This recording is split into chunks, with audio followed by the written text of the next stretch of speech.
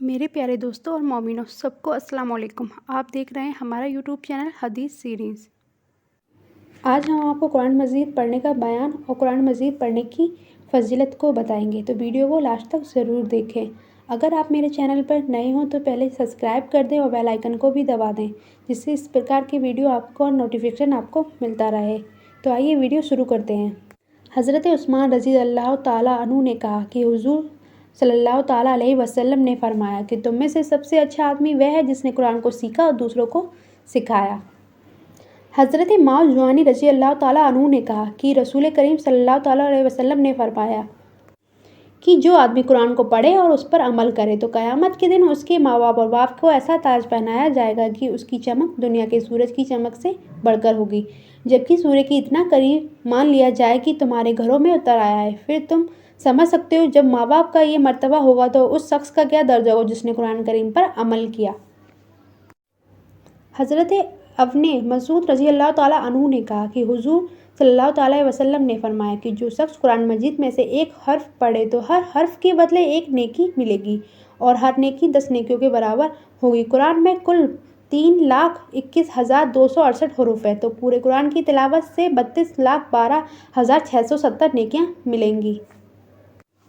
حضرت برا رضی اللہ تعالیٰ عنہ نے فرمایا کہ ایک شخص سورہ کہف پڑھ رہا تھا اور اس کے قریب ایک طرف 2 رسیوں سے گھوڑا بندھا ہوا تھا۔ اس گھوڑے پر ایک بادل چھا گیا اور گھوڑے سے قریب ہوا، پھر اور قریب ہوا اور گھوڑے نے اس کو دیکھ کر اچھلنا کودنا شروع کیا۔ جب صبح ہوئی تو اس نے حضور صلی اللہ علیہ وسلم کے پاس جا کر سارا قصہ بیان کیا۔ آپ نے فرمایا یہ سکینہ یعنی رحمت تھی جو قرآن پڑھنے کے سبب اتری۔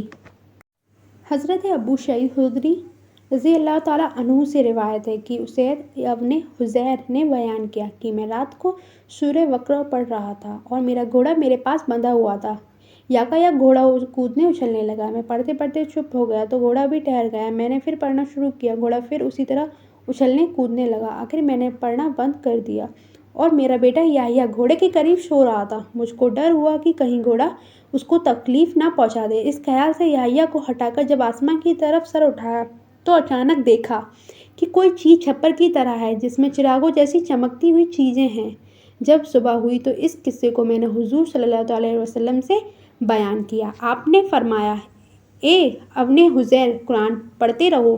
میں نے کہا رسول اللہ میرا بیٹا یحییٰ قریب تھا، مجھ کو ڈر ہوا کہ کہیں گھوڑا اس کو کچل نہ دے، اس لیے میں یحییٰ کی طرف چلا گیا اور آسمان کی طرف سر اٹھایا تو کوئی چیز چھپر کی طرح دکھائی دی جس میں چراغوں کی طرح چیزیں تھیں۔ پھر میں نے باہر نکل کر دیکھا تو کچھ بھی نہ تھا۔ حضور صلی اللہ علیہ وسلم نے فرمایا تم جانتے ہو وہ کیا تھا؟ میں نے کہا نہیں۔ آپ نے فرمایا وہ فرشتے تھے جو تیرے قرآن پڑھنے کو سننے آئے تھے۔ اگر تو برابر پڑھتا رہتا تو صبح کو لوگ فرشتوں کو دیکھتے اور فرشتے ان کی نظروں سے نہ چھپتے۔ حضرت ابو ہریرہ رضی اللہ تعالیٰ عنہ نے کہا کہ رسول کریم صلی اللہ علیہ وسلم نے حضرت ابی ابن عقوب رضی اللہ تعالیٰ عنہ سے پوچھا کہ تم نماز میں کیا پڑھتے ہو؟ تو انہوں نے سورہ فاتحہ پڑھی تو حضور صلی اللہ علیہ وسلم نے فرمایا قسم ہے اس ذات کی جس کے قبضے میں میری جان ہے کہ توراۃ، انجیل اور زبور قرآن میں اس کی مثل یہ ہے کہ کوئی دوسری سورت نہیں اتری۔ انس رضی اللہ تعالیٰ عنہ نے کہا کہ حضور صلی اللہ علیہ وسلم نے فرمایا کہ ہر چیز کا دل ہے اور قرآن کا دل سورہ یاسین ہے، تو جو شخص سورہ یاسین کو پڑھے اس کے لیے 10 قرآن پڑھنے کا ثواب لکھا جاتا ہے۔ حضرت عطا ابن رضی اللہ تعالیٰ عنہ نے کہا کہ مجھ کو معلوم ہوا کہ رسول صلی اللہ علیہ وسلم نے فرمایا کہ دن کے شروع حصے میں جو شخص سورہ یاسین پڑھے تو اس کی حضرت مرادیں پوری کر دی جاتی ہیں۔ حضرت مائکل ابن یسار مزنی رضی اللہ تعالیٰ عنہ نے روایت ہے کہ نبی کریم صلی اللہ علیہ وسلم نے فرمایا کہ جس آدمی نے صرف خدا کی خوشی حاصل کرنے کے لیے سورہ یاسین کو پڑھا تو اس کے اگلے گناہ معاف کیے جاتے ہیں، تو اس سورت کو تم لوگ اپنے مردوں کے پاس پڑھا کرو۔